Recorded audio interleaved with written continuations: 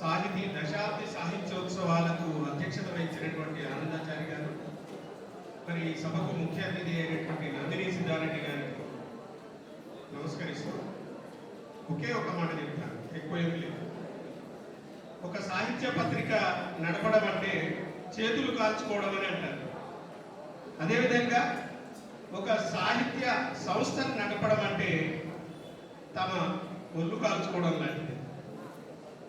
ఒక దశాబ్ది పాటు తెలంగాణ సాహితీ పేరు మీద దాదాపుగా తెలంగాణ రాష్ట్రం మొత్తం నిర్వహించినటువంటి కార్యక్రమాల ద్వారా కొత్త రచయితలు, కొత్త కవులు, కొత్త విమర్శకులు రావడం అనేటువంటిది నేను చూశాను. ఈరోజు దాన్ని మూల్యాంకనం చేసుకుంటున్నటువంటి సభగా ఈ దశాబ్ది క్రితం వరకు జరిగినటువంటి సాహిత్య కార్యక్రమాలన్నిటినీ సమీక్షించుకునేటువంటి ఒక గ్రంథ రూపం తీసుకురావడం, రికార్డ్ చేయడం అనేటువంటిది ఈ దశాబ్ది తెలంగాణ సాహితీ చేస్తున్నటువంటి ఒక మంచి రికార్డు అని చెప్పుకోవచ్చు.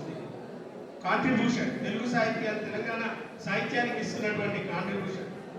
ఈ వేదికలకు అడుగుపెట్టినా కానీ నాకు ఒక చారిత్రక సందర్భాన్ని చూసినటువంటి క్షణాలు గుర్తొచ్చాయి నాకు. ఆయన ఏమన్నారు, డాక్టర్ సి నారాయణ రెడ్డి గారు తెలంగాణ సాధనోద్యమంలో ఇక్కడ తెలంగాణ రచయితల వేదిక మీటింగ్ పెట్టినప్పుడు ఇక్కడికి ఈ వేదిక మీదకి వచ్చారు. అక్కడ కింద కూర్చున్నారు. జై తెలంగాణ అని అనమంటే తను అన్నాడు, జై తెలంగాణ, సై తెలంగాణ అని అన్నటువంటి ఆ పలుకులు ఇక్కడ వినిపిస్తున్నాయి.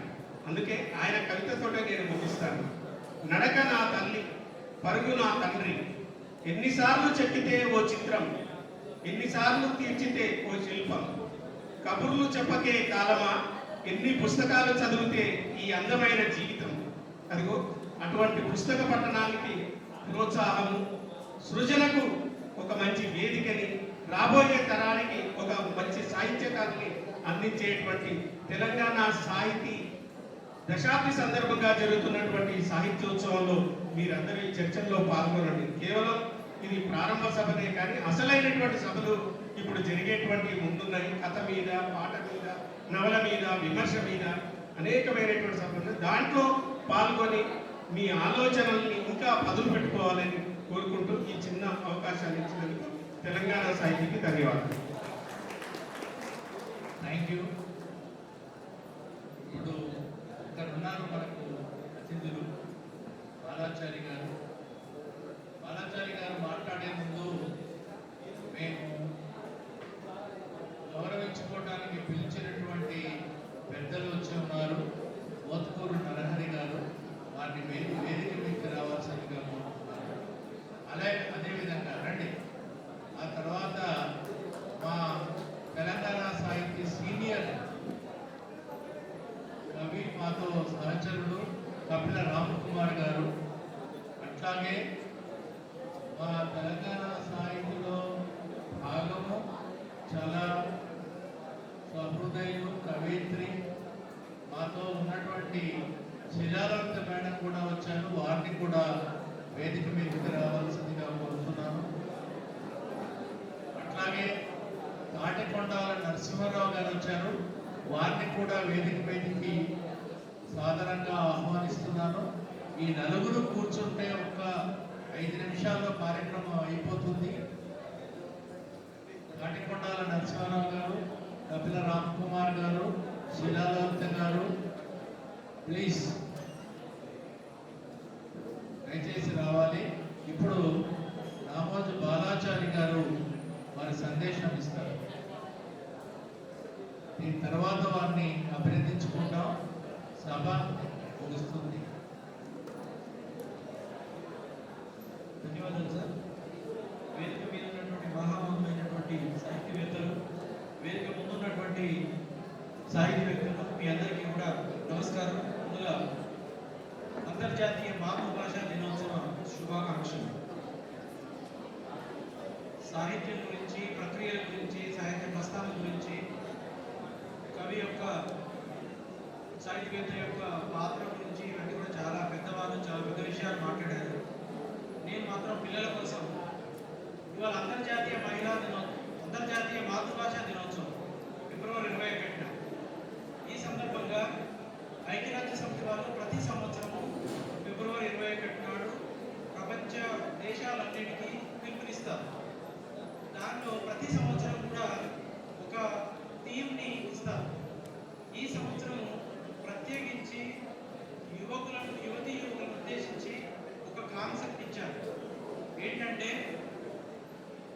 ప్రపంచీకరణ జరుగుతున్నటువంటి నేపథ్యంలో ఉపాధి కోసము లేకపోతే ఇతరతర కారణాల కోసము యువత అంతా కూడా ప్రపంచమంతా విస్తృతంగా తిరుగుతూ ఉన్నారు. అమెరికా కావచ్చు, జర్మన్ కావచ్చు, జపాన్ కావచ్చు, ఆస్ట్రేలియా కావచ్చు. వాళ్ళు చెప్పేటువంటి థీమ్ ఏంటంటే యూత్ అనేటువంటి వాళ్ళు మల్టీ లింగ్వల్ ఎడ్యుకేషన్ మీద కాన్సన్ట్రేట్ చేయాలని చెప్తున్నారు. అంటే విభిన్నమైనటువంటి సంస్కృతులు, సంప్రదాయాలు, భాషలు ఉన్నటువంటి ప్రతి ప్రాంతాన్ని నువ్వు సందర్శించినప్పుడు ఆ ప్రాంతం యొక్క ఈ విషయాలన్నీ తెలుసుకోవాలంటే నీకు అక్కడ లాంగ్వేజ్ వచ్చి ఉండాలి. లాంగ్వేజ్ వచ్చి ఉన్నట్టయితే నువ్వు అక్కడ ఉన్నటువంటి వాళ్ళని కలిసిపోతావు, నువ్వు అక్కడ జీవనం కొనసాగుతుంది, నీ ఉపాధి అనేటువంటి దొరుకుతుంది. అదొకటే కాకుండా నీ యొక్క సంస్కృతిని, సంప్రదాయాన్ని పరిరక్షించుకోవాలంటే నీ యొక్క భాషని ఖచ్చితంగా నేర్చుకోవాలి. ఒక ఇంగ్లీషే కాదు, హిందీ కాదు, ఇంకేదో ఫారిన్ లాంగ్వేజ్ కాకుండా నీకున్నటువంటి మాతృభాషను మీరు నేర్చుకోవాలి, దాని మీద మీరు ఫోకస్ చేయాలి అనేటువంటిది ఒక మెసేజ్.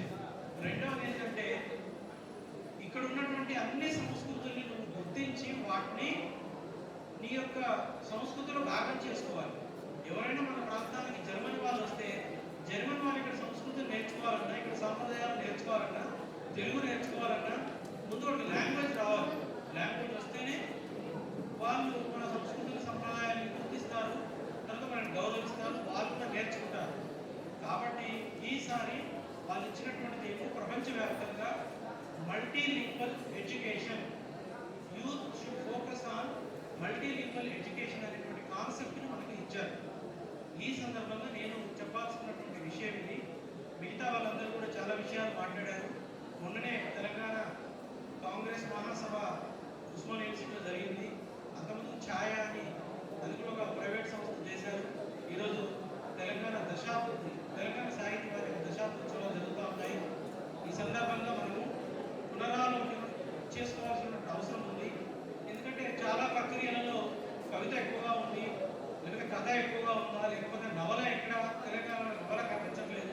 ఇటువంటి అన్నింటి మీద ఇప్పుడు చర్చలు, పోస్టులు జరుగుతాయి.